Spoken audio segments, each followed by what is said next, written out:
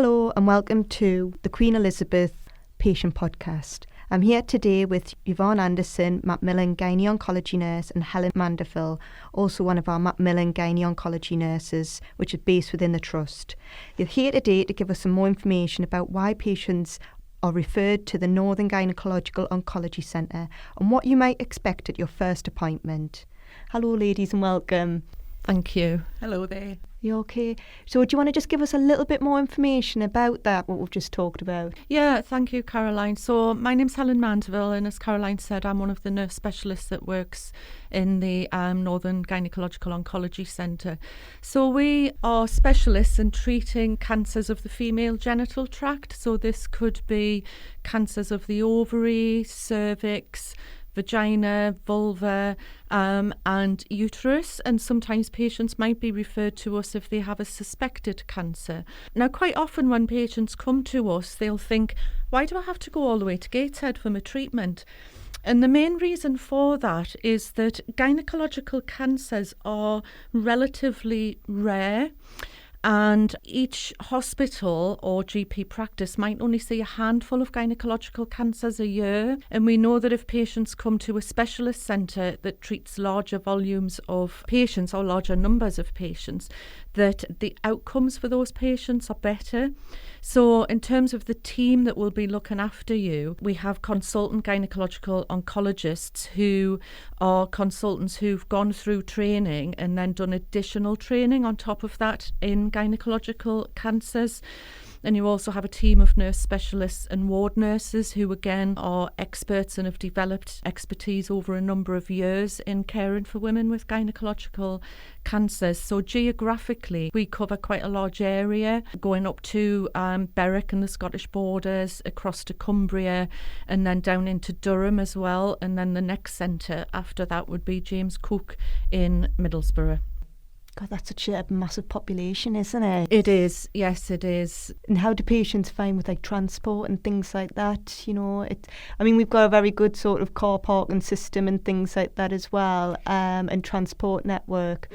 I think obviously initially a lot of women might never have even travelled to Gateshead, so it can seem quite daunting for them. People might be entitled to hospital transport, patient transport services, and some patients do sort of a little dummy run prior to their appointment just to find their way to Gateshead. Cumbria patients, I think because they're more used to having to come to Newcastle if they need more expert treatment or more specialist treatments, that's something that they're used to. And for patients who do travel quite a distance, if they are coming in for surgery, one of the options that we're able to offer is accommodation within the hospital as well for their relatives. So it means a lot to them that somebody's around for them, and rather than having to travel backwards and forwards across the A69 as well. And I suppose with you being Macmillan as well, if anyone was finding it difficult to pay for things like transport, we've got an excellent Macmillan service within the hospital that we could have help. And we can apply for grants as well that would help people with travel expenses. So I've been told that I need to come for the appointment, and so the department itself, is that within the hospital? So the department's in the Windy Nook entrance, and our clinic is in the colposcopy clinic. So when women receive an appointment, all of that information will be in as well, where they need to come to, the car park that they use. So it's usually entrance C that people come to, and there's a car park directly on the right-hand side. And then the clinic itself is just a minute's walk down the corridor from the entrance. And so when you come into that appointment, would I expect to see a doctor or a nurse? Yeah, so Yvonne's going to talk us through what would happen at that first appointment. Hello there, yes. So this is often a question, what can we expect at our first clinic appointment? At your first appointment, you will actually meet some of the doctors, the clinical nurse specialists, and some of the clinical nurses in that area, and they'll be looking after your care. What they'll do then, they'll ask you some questions about your general health and what your symptoms are, and then we may actually arrange some extra tests, and we'll discuss your treatment options with you and your family. Often some people will bring a partner with them. Would I expect to get any tests at that appointment? The only test probably they might get weighed, or that might actually have some blood tests. But nothing too invasive? Nothing invasive. Sometimes also they might have an examination, so it might be an internal examination or a feel on the belly. Right. So that's the only test on that day. Other tests will usually be done if they needed scans, etc., as an outpatient appointment.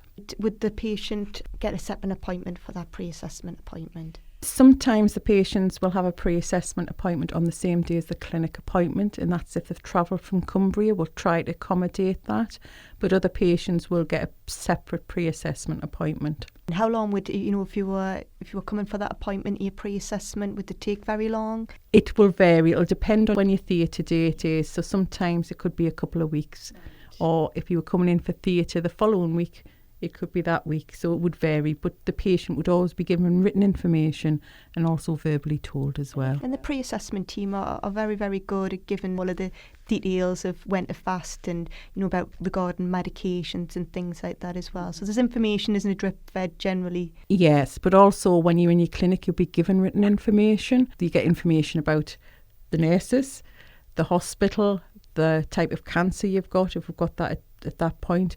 And also sometimes some people need build-up drinks, as we'll describe them, and you'll actually be given a bag of lovely flavoured drinks to go away with.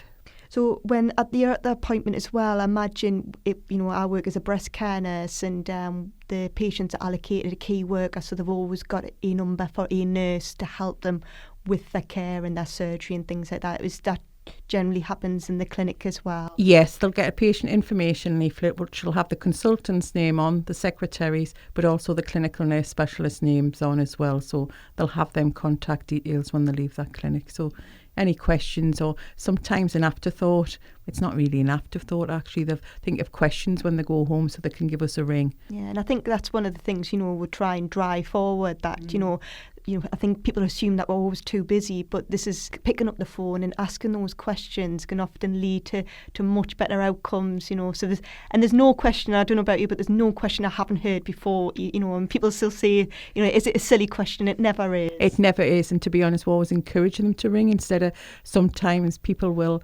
worry, and what I always say is pick the phone up, ask the question, and then you've got the answer. You'll feel better, and generally after speaking to us they'll say, thank you, my mind's at rest now I know. We're very, like I say, there's often an answer machine if you're ringing up about a query. Sometimes the nurses do work in clinics and things like that, but I know that we should do our best to try and get back. We do, and also we always say if they can't get hold of us, because you're right in saying that we've got clinics and we're not tied to our telephones.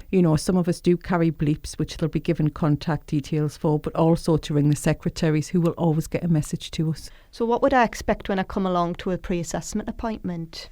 So you'll receive an appointment to come to our pre-assessment department, which is in the Peter Smith building, and you'll receive instructions again on how to access the Peter Smith building. And at that appointment, you'll see a pre-assessment nurse, and she'll ask questions about your medical history. She'll probably take some blood tests and possibly do some other investigations as well, for instance, an ECG. And for some women, depending on the type of operation that they're having, they'll also see a consultant anaesthetist at that appointment. And again, they'll want to look at your past medical history. It's useful if you have things from your GP, and particularly if you take any medications, that you take those with you to that appointment. And some ladies have to have a very special test called a CPEX test, which is a cardiopulmonary exercise test. And this can sometimes seem very daunting. And what it involves is you'll be asked to go onto a static bicycle, so bring comfortable clothes with you, and you'll just be asked to ride this bike. And what the anaesthetist is looking for is your heart function and breathing function, and this can help the anaesthetist to decide where is the best place for you to be cared for after your operation. So for some women, they might need to go to the high dependency area, and that's really because you'll have one nurse maybe looking after 2 or 3 patients, so it's much more one-to-one attention that you would receive, and that's just to make sure that you recover safely from the operation. And for other ladies, they might come directly back to our ward area, which is Ward 21, which is an all-female ward where ladies are having gynaecological procedures or surgery for a gynaecological cancer. So Yvonne, I've been to my pre-assessment, I've consented to my treatment, I know what I'm having, and I know the date of my surgery and I'm coming in. Mm-hmm. What would I expect on that day when I come in? Well, firstly, you'll get a letter which will tell you about your admission date and where you have to come. I think that's quite a common one. Where do I go when I go for my admission? So you'll turn up to ward 21, okay, and also some women are actually admitted the day before surgery. Some people are admitted on the day of surgery, so that will all be explained in the letter as well. It also would have been told at the consultation. So when you come into the hospital, you will be greeted by the nurse and staff.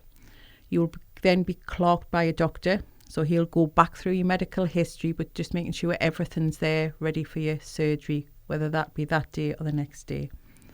Some ladies are also consented on that day as well. Also, what you'll be shown is around the hospital ward. So you'll get to know where everything is so that you're familiar with it.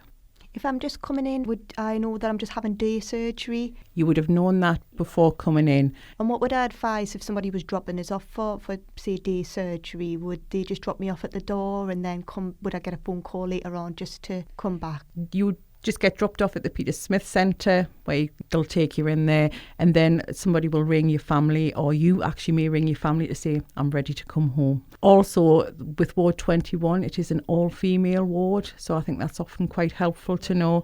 And on that ward, it's for gynaecological problems as well as gynaeoncology ladies. So it's a very much mixture of people of what they've had done Yes. and things like that as Yes. well. Vary ages as well, so from the young to the old. Just covers everybody. Yes. So is there anything you would advise us to bring along? Also in the information, you'll get what we call a patient diary, which has some handy hints and tips in, and actually patients were involved in developing this diary, so it's what they've advised us. Bringing your dentures in is always helpful, and sometimes bringing your own tea and coffee is always helpful, because what I'm told, the hospital coffee's not like Rington's. So it's just in that booklet. So I've had my surgery and then I'm ready for discharge. I'm ready to go home. What would I expect once I go home? So when you're on the ward, you'll be seen by the medical teams every day. They do a ward round every morning, and they'll keep you up to date on your progress and also start to discuss an expected date of discharge. So usually you would have a few days ahead to plan that you're going home. And there is information in the diary that Yvonne has mentioned about going home and things to think about. So, for instance, having meals in the freezer that are easy to prepare, having your cupboards well stocked so that you're not having to think about going out shopping. And there's also in that information a little graph that tells you week by week what you can start to do and introduce into your activity. So prior to you going home, the nurses on the ward will give you some written information as well to reinforce the verbal information that they'll give you about your recovery and week by week what you can expect to happen. And then there's also getting the final results from your operation. So when you have your surgery, everything that's removed will be sent to the lab to undergo some special tests to find out exactly what it is, whether it is a cancer, and if so, what kind. And before you go home, you will be given an appointment for our what we call a results clinic, where women come back to see how they're recovering from the surgery, to make sure everything's going as we would expect, and also to discuss the final results and what any next steps might be. I will add though that patients from Cumbria would usually get their results locally, so it just saves that extra journey across to us. And if the team in Cumbria are concerned about anything, they would contact us, and of course we would see people if that was necessary. That's excellent. And all of those results go through an MDT. Yes. As well. They would, yes. So I think possibly along the pathway people might hear this word, this MDT. So when you go to your local hospital, they might discuss that you'll be discussed in a regional MDT, which is based in Gateshead. So that discussion would usually take place prior to us actually seeing somebody. And then when you've had surgery with us, all of those final results would be discussed as well. And for some ladies, they might not require any additional treatment, but some patients might need to go on and have further treatment in the form of chemotherapy, radiotherapy, or both in some cases.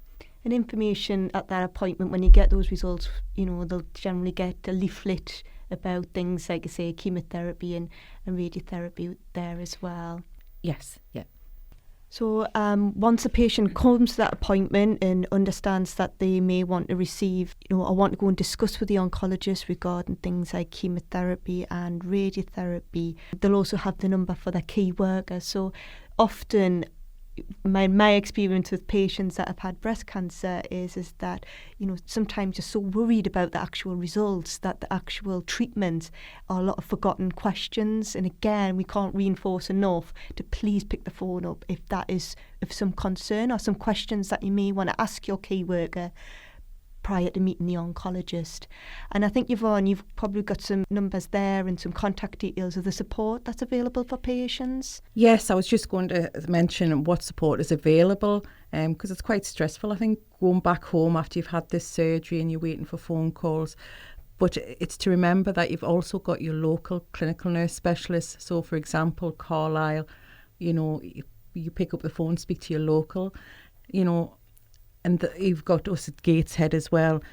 Now, as clinical nurse specialists, we can provide information and advice regarding your treatment, the side effects of treatment, practical advice, the financial advice, any disease-related problems, and also with it being gynaeoncology, any sexual concerns. Often that can come a little bit later, but it's reminding the ladies to pick the phone up and ask for this help. Also, sometimes as nurses, we will actually refer on to other health professionals. So it's just bearing in mind, we might not be the right person at that time and we need to refer you on to somebody else that's got that specialist knowledge. We've also got the Macmillan information offices within our hospital at Gateshead, and I'm aware Cumbria and some of the other local hospitals do have, but also you've got your helplines as well, which you could get in touch with. There's also the National Gynaecological Cancer Charities, who are able to provide advice, and all their information will be in the information leaflets, because there is quite a few, and they've got some excellent websites as well. And I think that's the important thing is getting that information from reputable sources. A lot of, the internet, it's like dropping down a rabbit hole, and, and there's a lot of these American sources that aren't really applicable to what we receive in the UK. That's definitely it, and we try to discourage people from surfing on the internet and Dr. Google, shall we say. Yeah. So it's using the charities like Macmillan, Overcom. Also, you've got Maggie Centre at NCCC, which is excellent. But looking at these local charities, and for example in Gateshead, we've also got FACT, which is really good. Yeah, and it's on our doorstep, and they're there. There's a lot of self-referrals for things like counselling and complementary therapies and things like that as well. I think it's also helpful if you ask your local clinical nurse specialist, because often there's charities within their areas. Like FACT covers Gateshead, it also covers Durham now, but also in the Durham area there's other local charities which is specific to that area, which will help. Yeah, and I imagine in the information booklet that patients will get, there'll be all of that information for those different areas. Yes, there is. Yeah. Oh, that's great. Thank you so much. Done a really good job, and hope to hear from you again. Thank you, ladies. Thank you.